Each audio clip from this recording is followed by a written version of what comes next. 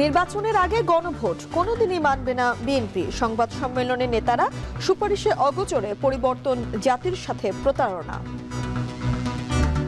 রাজনৈতিক দলসমূহের দীর্ঘ ধারাবাহিক আলোচনা ছিল অর্থহীন, অর্থ ও সময়ের অপচয়, প্রহসনমূলক এবং জাতির সঙ্গে প্রতারণা।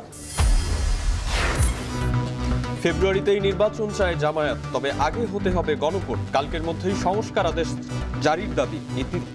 ইসিতে 8 দলের স্মারকলিপি। গণজীবনে আপনি আদেশ জারির ব্যবস্থা গ্রহণ করবেন, আর যদি আজকে না হয় কোনোভাবেই আগামীকাল আদেশ জারির ক্ষেত্রে আর দেরি করার কোনো সুযোগ নাই। গণভোট কবে হবে সিদ্ধান্ত নেবেন ডক্টর ইউনূস। ব্রিফিংয়ে আসিফ নজরুল। দলীয় এজেন্ডা সরকারকে দিয়ে বাস্তবায়ন চাইছে দলগুলো।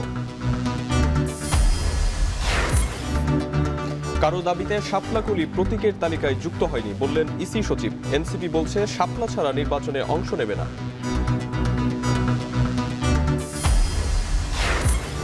এবং টানা 18 দিনের মতো আন্দোলনে ইবতেদায়ী শিক্ষকদের বিক্ষোভ, চাকরি জাতীয়করণ সহ দাবি না মানায় রোববার যমুনা অভিমুখে লং মার্চ।